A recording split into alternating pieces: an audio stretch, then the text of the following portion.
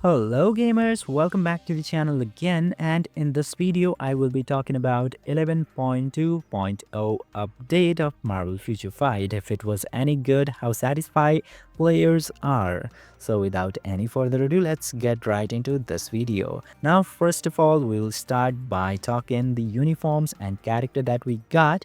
Now we have one new character who is Black Knight. As you can see him in the screen, he looks absolutely awesome by the design, his textures. Whoever designed this character did his job actually good. So moving on to the uniforms, with this update we've got 3 uniforms for Voodoo, Juggernaut and Ghost Rider. Talking about the Ghost Rider, most anticipated one from the update, if you already have his rate returned uniform, there is no need to buy this Savage Avengers. Reason being, he is not upgraded for PvE use. He is as similar or even bad for PvE use compared to this Rage Returned uniform. And if you use him as striker for AVX ABL, he's slightly worse. Only thing he is slightly improved for is PvP game modes such as Team Battle Arena and in some certain conditions Otherworld Battle. And if you play Alliance Conquest, he can be useful, and if you want to buy him for that reason, you can go for it. If you don't have this Rage Returned, you can absolutely go with this uniform. He will be a massive upgrade over this uniform. You can get this uniform if you don't have Rage Returned, but if you already have him, don't bother. Now talking about Voodoo, if you are in need of universal support, he is one of the best universal support right now because of his damage dealt increased by 50%, and he also have 30% ignore dodge. He is primarily going to be really great for the game modes like dispatch and stuff, and if you are specifically planning for World Boss Legend Plus, he will be useful, but there are not many stages that you can use him. So look at your account and think accordingly if you need this uniform or not. And talking about Juggernaut, he's slightly improved too, but he cannot be used into the timeline and everything because there are just massive PvP freaks, and another freak is going to come probably after 2 weeks because we already have data mines and stuff. If you want to know that in detail and if you want to discuss, follow the channel because I will be talking about him later. Now talking about Juggernaut, if you are Alliance Conquest player, he might be good there, so you can pick him accordingly. I don't even have the character, so I will not bother this. Now with this is about the uniform. Then we have so many changes in store. I'm not currently going to the web shop. If you tap to go to and then go to the web shop, the UI and package deals and everything is changed, so it's a massive upgrade or just change for the whale, so you can check that. Other thing we have here in the store is the new lobby theme.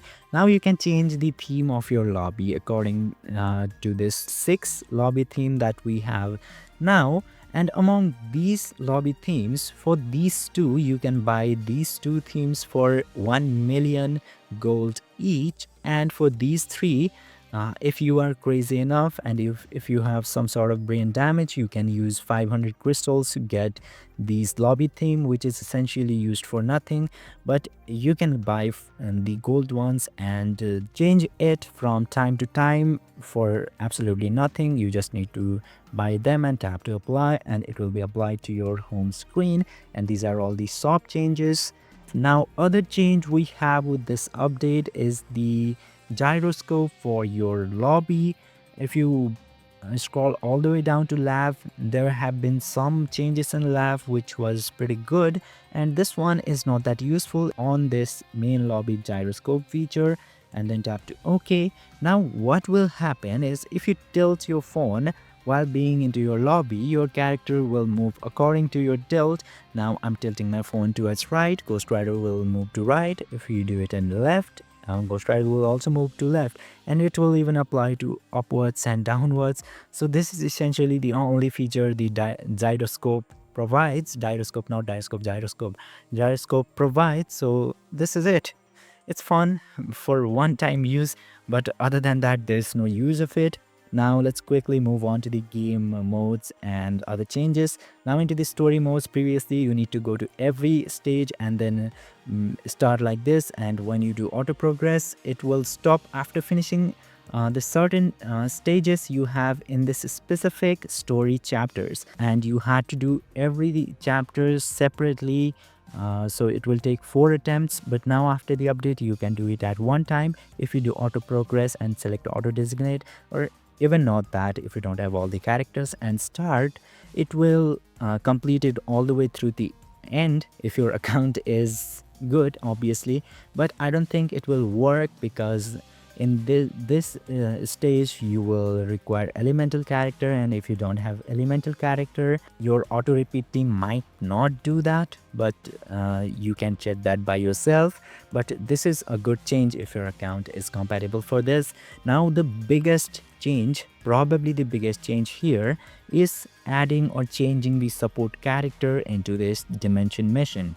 There's no changing, I believe it's only adding. They have added nearly all, maybe literally all characters that you were previously buying by giving the $10 pack. It used to look very small before, but now you can scroll and it won't finish for quite a while. And even I don't have the characters like Juggernaut, Jubilee, Kitty Pryde and Kid Omega.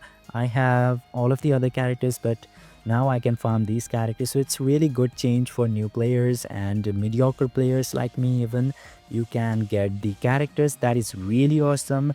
And aside from this one, for this box that you get after clearing 40 times the dimension missions, there is not any changes as much as I can see. So this is it about the changes, and this is actually huge change for free-to-play players and even players like me, the mediocre player, I already told you. So there's not many changes in other places. And other change we have got with this update is this giant boss raid. Previously, if you quick start, you would first match to a lobby and then you will get the character selecting screen. But now if you tap to quick start, first you will get to select a character lobby and your team, and after selecting your team, if you tap to OK, then it will start searching for lobby. Now what will happen by doing this is, previously if you needed some specific support or any specific character that you want to use for something, and you keep scrolling and you can't find him, you can looking for that character. For example, I want a support, for example this character that I need, I would have already joined a team and they would have kicked me. But now you are first selecting your team, and after completing it, now you are tapping to OK and searching for lobby. Now your character will already be selected and they will not kick you because of taking a lot of time to select character. So this is actually a good change, but I don't know when are they going to really fix the crashing in GBR and stuff, but we'll wait for that.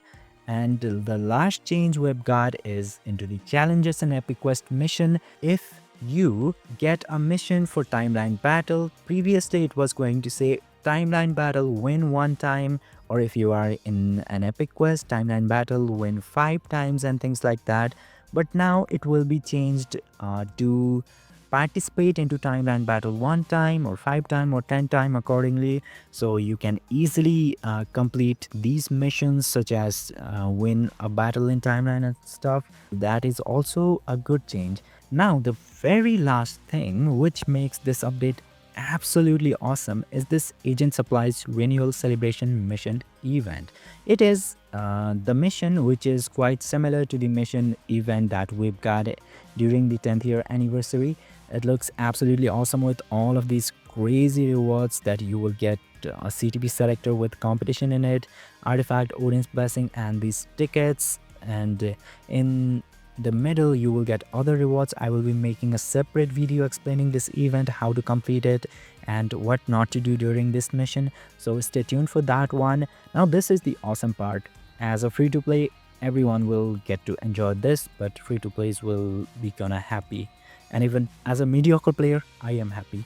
And in conclusion, you can view this update in free-to-play perspective and competitive and veterans or well perspective, whatever you want to call it. Now, as a free to play, this update has a lot to offer to them, a lot of good changes, a lot of premium characters addition, and a whole new event mission for awesome rewards. So this is really good for free to play. But for competitive players, there's no meta shift. The uniforms are not really good for them. There's nothing new to buy for old players, veteran players, whatever you want to call it. There is nothing much for them. And for the players like me, the mediocre player, they are okay with whatever they are having.